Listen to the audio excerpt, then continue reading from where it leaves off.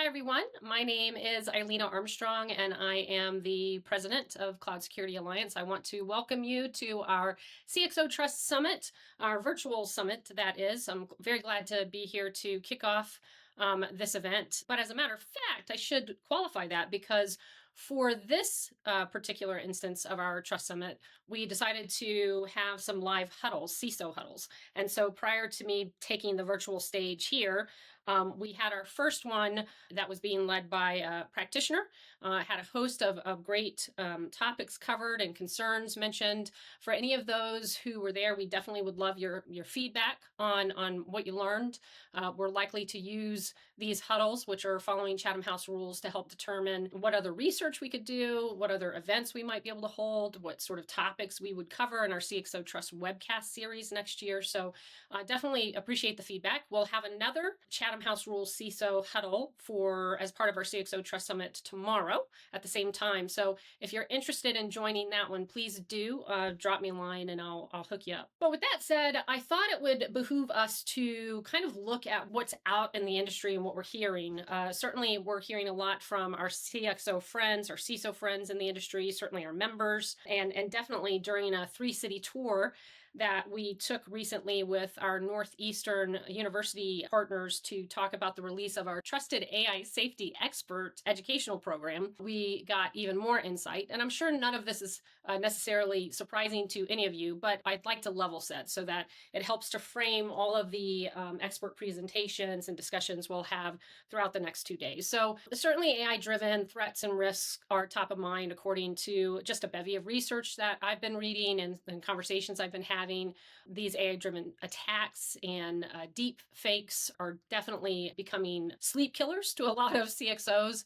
And so they're looking to ensure that they are really making cybersecurity and AI security a priority for next year. Indeed, it's a year-over-year priority, a strategic priority. And that kind of blends into this whole geopolitical chaos that we're seeing. It's just relentless. And as a result, organizational leaders are trying to understand and prepare for how this unrest will impact their cyber operations. And so again, they're trying to make sure that they make the appropriate investment, and it is one of their top strategic priorities for 2026. This also kind of leads into where gaps are when it comes to their AI and cybersecurity strategies and resiliency postures. And so most organizational leaders are feeling like they could do more to prepare properly to withstand attacks. And right now they're feeling like this whole tweaking and improving their resilience posture is just a work in progress that needs a lot more attention. So indeed, this is also a top concern and priority. Others, cloud and AI remain key areas of investment for most organizations. These investments, of course, are also driving how they might need other services to address those gaps that we just talked about. So they are certainly looking to their cloud service providers. They're looking to other SaaS providers, AI providers, etc., to help here. But we're definitely seeing that working with these third parties is taking a priority to shore up where they have gaps and lack of internal skills, and also to make sure they're able to continue to bolster their strategic priorities and modernize their cybersecurity programs and resiliency postures. That is definitely also something that takes into account business continuity, the ability to keep up and running, while also dealing with the bevy of regulatory compliance mandates that we're all being peppered with. There's a growing complexity, there are more out there, and as a result, it's a top focus.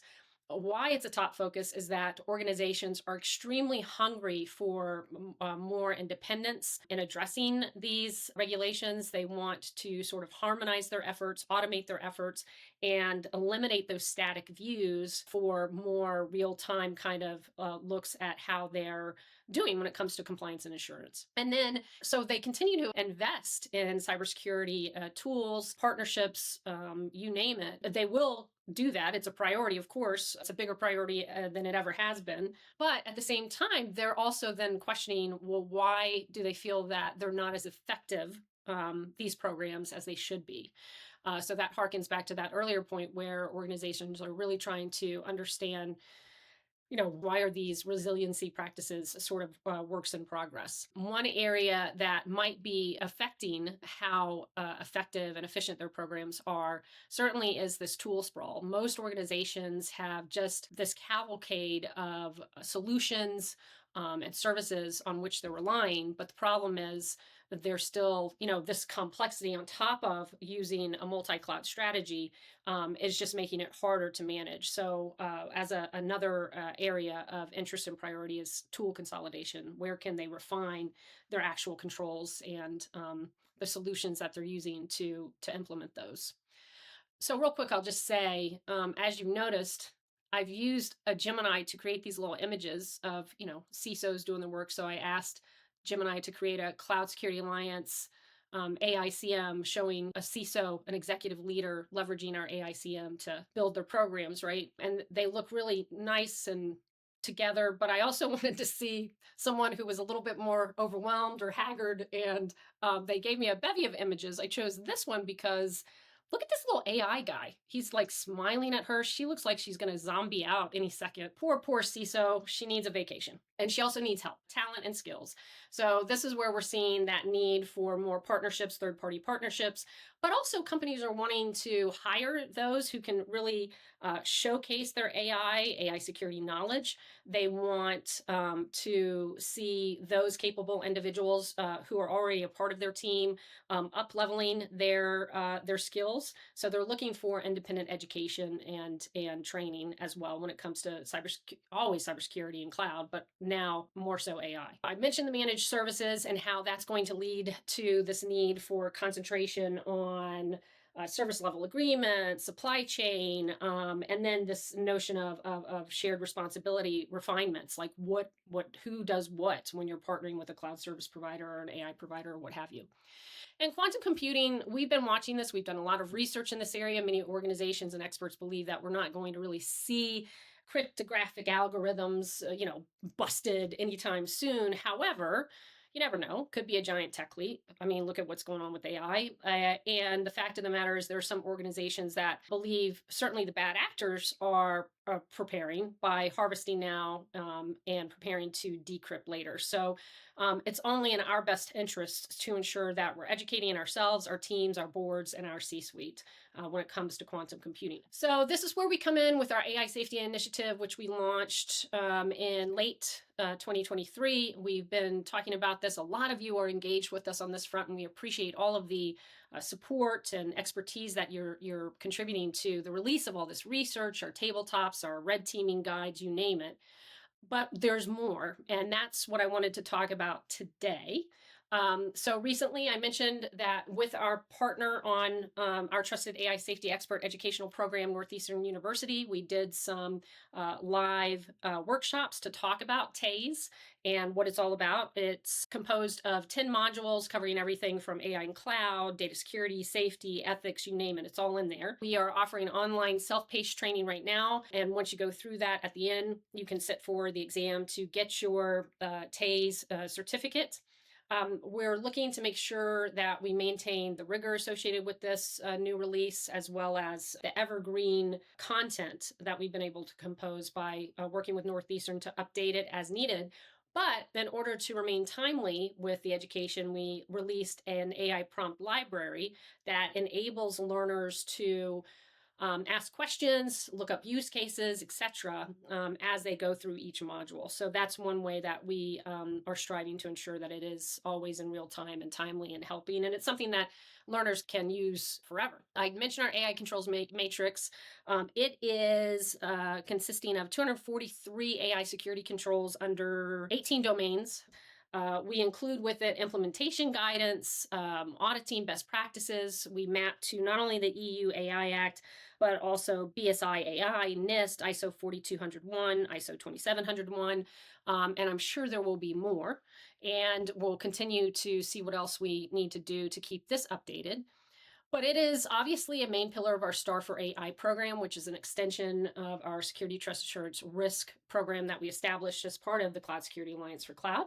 And we now have the ability through that program on our website for organizations that are wishing to showcase their services as meeting level 1 certification. They can go through that AI consensus assessment initiative questionnaire self-assessment and make sure that they are noted as a level 1 achiever.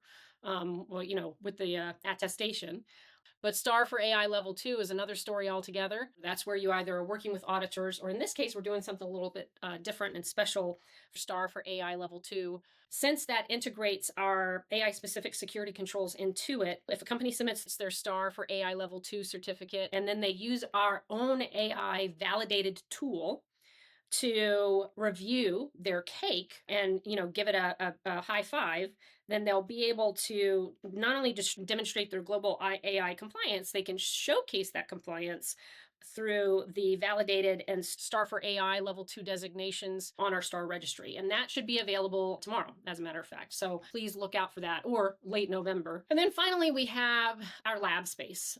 So we launched our CSA lab space to find another way where we're not going through the traditional CSA research working group process, and instead are enabling our supporters, our contributors, members, companies to be a bit more nimble to build community-driven projects and open source tools that we can work together through this particular space. But this is leading into 2026 and all the things we want to accomplish. And I do not have time to give you a great detail about these, but I would absolutely welcome any of you reaching out to chat with me about what we're looking to do. Certainly agentic AI, autonomous AI is something that is just huge. And so we've already done some significant work. We have Ken Wong's Maestro framework that is available in our lab space right now. We already have members leveraging it, but basically it's a threat modeling framework that allows organizations to really look at how agentic AI is working throughout the 7 layers of their organization, and enabling them to prepare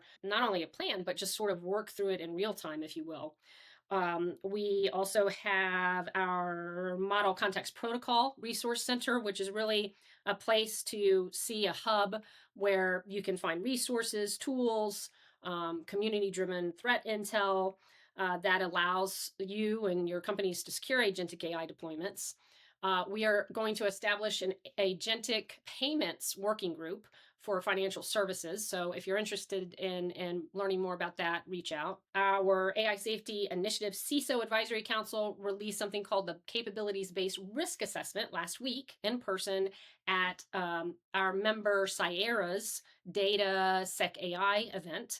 I'm glad to share more with you on that. We certainly have I think we have a blog on our site right now about that. So if you want to learn more, please call me up and we can set aside some time. And then, we want to deal with the common vulnerabilities and exposures that might be associated with AI. How can we be more communicative and collaborative on addressing those needs? And most importantly, a big project for us will be our catastrophic risks research. It's very critical. And that really one of our pillars was looking at impactful AI for the future. And so this is going to take into account how AI and the physical world will work together. We're going to leverage our AI CM to create a catastrophic risk security annex. And we're looking for that effort to be widely collaborative, working with a number of different associations, agencies, companies, experts, you name it. We've got a lot going on. I've totally gone over, and I haven't even talked about this again, but definitely check this out because we have plans for this in 2026 to advance it and improve and just strengthen the risk rubric, which is a resource for executives to check out AI and LLM models. As I said, we're doing a lot, and we're super, super jazzed about everything that we've been able to release this year with your support. We are really excited about next year and some of the plans we have going. So I definitely invite you to reach out to me because, as I said, 2026, it's all the things. Looking forward to working with you, and please enjoy the rest of your time with us over these next 2 days. Thanks so much, everyone.